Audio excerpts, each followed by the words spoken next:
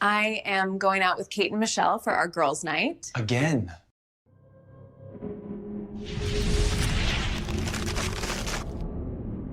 Found out my wife lied about where she was on her so-called girls' night. My wife was putting on lipstick when she told me about girls' night. I was folding laundry on the bed when she mentioned it. Real casual. Going out with some of the girls from work tonight. That new bar by the office. Something about how she said it bothered me. When I asked who was going, she rattled off names without missing a beat. Kate, Michelle, Jennifer. I knew all three from work parties over the years. Kate had twin boys and was always exhausted. Michelle was dealing with divorce drama. Jennifer was single and pretty shy in groups. My wife grabbed her purse and kissed my cheek before heading out. I went back to folding clothes and forgot about it until later. Around 10, my phone buzzed with a text. Having fun with the girls, might be home late. Which was weird because my wife hates texting when she is out with people. She always calls instead. I tried calling her an hour later, but it went straight to voicemail. She came through the door a little past midnight, tipsy. She looked disheveled somehow, though I could not pinpoint exactly what was different. How was your night? I asked from the couch. She launched into this whole story about the wine selection and what Kate said about her kids, and Michelle complaining about her ex-husband. The details sounded real, but something felt rehearsed about it. While she was talking, I noticed a small red mark on her neck, just below her ear. What happened here? I touched the spot. Oh, probably bumped into someone at the bar. It was so packed. She covered it up with her hand and headed straight for the shower. 30 minutes later, she was still in there. My wife takes quick showers, 10 minutes tops. The next morning, I was doing laundry and picked up her shirt from the night before. There was cologne on it, the kind men wear. I held the fabric close to my nose to make sure. Some guy had been close enough to my wife for the scent to rub off on her clothes. Maybe it was innocent. Maybe she hugged some friend or the bartender leaned over her table. But the thought stuck with me. Over the next couple of weeks, I started noticing changes. Her phone never left her sight anymore. She started buying new clothes, nicer than usual work stuff, new underwear too, lacy things that were nothing like her usual cotton ones. When I complimented her, she seemed flustered instead of happy. The girls' nights became more frequent, always the same story, same coworkers, same type of places, always home around midnight with detailed stories about who said what. I found myself remembering the dates and times without meaning to, building some kind of timeline in my head even though I was not ready to admit why. 3 weeks later, my wife announced another girls' night. Same routine, same coworkers, different bar this time. I decided to swing by her office building after work. I recognized Kate's blue sedan still parked on the third level. Michelle's red SUV was there too. If they were all going out together, why were their cars still at work? I drove home without saying anything. My wife came back that night with the same stories. Kate complained about her babysitter canceling. Michelle talked about her divorce lawyer. Jennifer met some guy at the bar who bought her a drink. The next morning, I called the office and asked to speak with Kate. Hey Kate, I want to thank you for keeping an eye on her during these girls' nights. There was a long pause. Girls' nights? I think you have me confused with someone else. Kate, from accounting, right? You went to that bar near the office with my wife and Michelle? I have not been out with your wife in months. My mistake, must have mixed up the names. Kate had no idea what I was talking about. I called Michelle next, same result. She sounded confused when I mentioned the bar nights, said she had been staying home most evenings to help her son with homework. I did not bother calling Jennifer. That evening, my wife mentioned planning another night out. Same group again? I asked. Of course, Kate and Michelle love trying new places. The lie came so easily. I started paying attention to different things. Her phone was glued to her. That thing never left her sight. When it rang, she would grab it quickly and step into another room. Her clothing choices became more deliberate. She spent longer getting ready in the mornings. She joined a yoga class that met twice a week.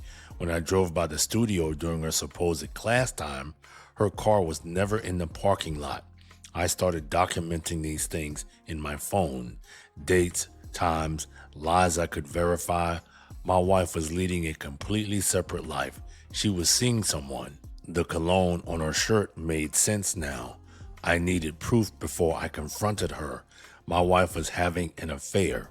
Now I needed to figure out who with and how long it had been going on.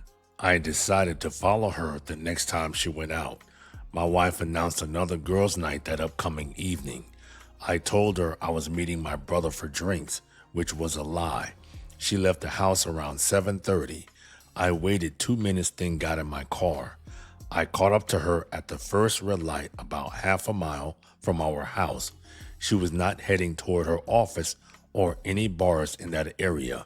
Instead, she took the highway toward another part of the city in a completely different direction. I stayed back 3 cars, switching lanes when she did. She exited near the shopping district and pulled into a chain restaurant parking lot. I parked across the street behind a truck where I could see her car. She sat there for maybe 5 minutes checking her phone. Then a black pickup truck pulled up next to her. A man got out and walked over to her car. He opened her door and she stepped out. They hugged. Not a friendly hug, but the kind you give someone you are sleeping with. He had his hand on the small of her back as they walked toward the restaurant entrance. I recognized him. It was my neighbor from 3 houses down, the guy who always waved when I was getting my mail. His wife worked the night shift at the hospital. That explained the timing. I sat in my car for another hour until they came back out. Same routine, hugged by her car. Then he got in his truck and left. She sat in her car for a few minutes before driving home. I took a different route so I would get there first. When she walked through the door, I was already on the couch watching television. "How was your night with the girls?" I asked. Great. We tried that new place near Michelle's apartment. Another lie delivered without hesitation. She went straight upstairs to shower. I had my proof now. My wife was having an affair with our neighbor, the same neighbor whose wife worked nights at the hospital, the same neighbor who helped me move furniture last summer, the same neighbor who brought us cookies every Christmas. I spent the next few hours thinking about what to do next. Confronting her seemed pointless since she was clearly comfortable lying to my face. I needed to figure out how long this had been going on, and I needed to decide if I wanted to try to save my marriage or end it. The next morning, my wife acted completely normal. She made coffee, talked about her plans for the weekend, asked if I wanted to go to dinner later in the week, like nothing had happened, like she had not been with another man the night before. I found myself studying her face, looking for signs of guilt or remorse. There were none. She was either a very good actress or she felt no guilt about what she was doing. Over the next few weeks, I paid more attention to our neighbor. It looked as if he would find excuses to be outside when my wife came home from work, checking his mail when she pulled into our driveway, watering his lawn when she got out of her car. They never spoke when I was around, but there was definitely something between them. The way they looked at each other. The timing was too convenient to be a coincidence. I started documenting this pattern in my phone too. When his wife worked nights, my wife had girls' nights. When his wife was home, my wife stayed home. The correlation was obvious once I knew what to look for. I considered confronting him instead of her, man to man, neighbor to neighbor, but that felt cowardly. This was between my wife and me. She was the one who had broken our marriage vows. She was the one who looked me in the eye every morning and lied about where she had been the night before. I needed to figure out my next move. I decided to confront my wife in our living room where she could not escape. She was sitting on the couch scrolling through her phone when I walked in. "Hey honey, something is bothering me. I need to talk to you about it." She looked up with that innocent expression she had perfected. About what? I called Kate and Michelle. Her face went blank for a second before she recovered. What do you mean you called them? I thanked them for keeping an eye on you during your girls' nights. Why would you do that? Because they had no idea what I was talking about. She set her phone down and crossed her arms. Maybe you confused them. People forget things. Kate says she has not been out with you in months. She probably forgot. Michelle said the same thing. My wife stood up and walked toward the kitchen. I don't know why they would say that, because you have been lying to me. She turned around in the doorway. Lying about what exactly? About where you go when you say you are with them. This is ridiculous. Why are you acting like this? Because I followed you last night. That stopped her cold. She just stared at me for a long moment. You followed me? To the restaurant where you met our neighbor. Her shoulders dropped and she looked down at the floor. Which neighbor? The one with the black pickup truck whose wife works nights at the hospital. She walked back into the living room and sat down heavily on the couch. How long have you known? I suspected something after the first girls' night, confirmed it when I called your coworkers. How long have you been watching me? Long enough to know that every time his wife works nights, you have a girls' night. She put her head in her hands. What do you want me to say? I want you to tell me how long this has been going on. 3 months. Why him? I don't know. It just happened. Things like this do not just happen. She looked up at me with tears in her eyes. Our marriage has not been the same for a long time. So, you decided to sleep with our neighbor instead of talking to me about it. It was not supposed to go this far, but it did. Yes, we sat in silence for several minutes. What happens now? She asked. I have not decided yet. Do you want me to end it? It should have never started. That does not answer my question. You made your choice when you started lying to me 3 months ago. So what are you saying? I am saying I need time to think about whether I want to stay married to someone who can look me in the eye every morning and lie about where they were the night before. She started crying then, but it felt like she was crying for getting caught, not for what she had done. I never meant for this to happen, but you kept making it happen, night after night, lie after lie. I know. You brought new clothes for him, changed your whole routine, created an entire fake social life. I know. This was not a mistake. It was a choice you made over and over again. She nodded without looking at me. I am going to stay at my brother's place for a few weeks while I figure out what I want to do. What about us? There is no us right now. There is just you and whatever this thing is you have been doing behind my back. I went upstairs and packed a bag. When I came back down, she was still sitting on the couch crying. I will call you when I decide what happens next. I walked out the front door and got in my car. As I pulled out of the driveway, I could see our neighbor's truck in his driveway. His wife would be leaving for her night shift soon. My wife would probably text him that I knew their secret was over, but my marriage might be too. I spent 2 weeks at my brother's place thinking things through. My wife called every day for the first week. I did not answer. By the second week, she was only texting. I decided to file for divorce. There was no point trying to fix something that had been broken for 3 months while I was completely unaware. If she could lie that easily for that long, I could not trust her again.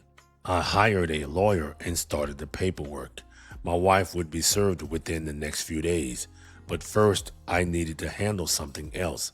I knew the neighbor's wife deserved to know what her husband was doing while she was working nights to support their family.